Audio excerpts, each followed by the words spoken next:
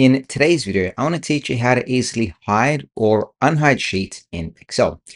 Say, for example, I have a sales data here. I'm actually going to quickly create a quick chart. Let's go ahead and build out, for example, a clustered column chart. And we're just going to call this our sales chart. What you'll see here is that we have our sales chart, but maybe we want to actually hide the sales data tab.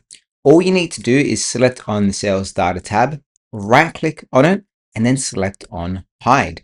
So when someone opens this up, they don't need to see all your workings out or where the data is saved. They'll just see the information thereafter, which in this case is the sum of the total sales. If you want to unhide the sheet, simply right click on an existing sheet and then select on the option of unhide. It will show you all of the hidden sheets that you have. In this example, we only have one, and I'll select on sales data and OK, and then it pops back up.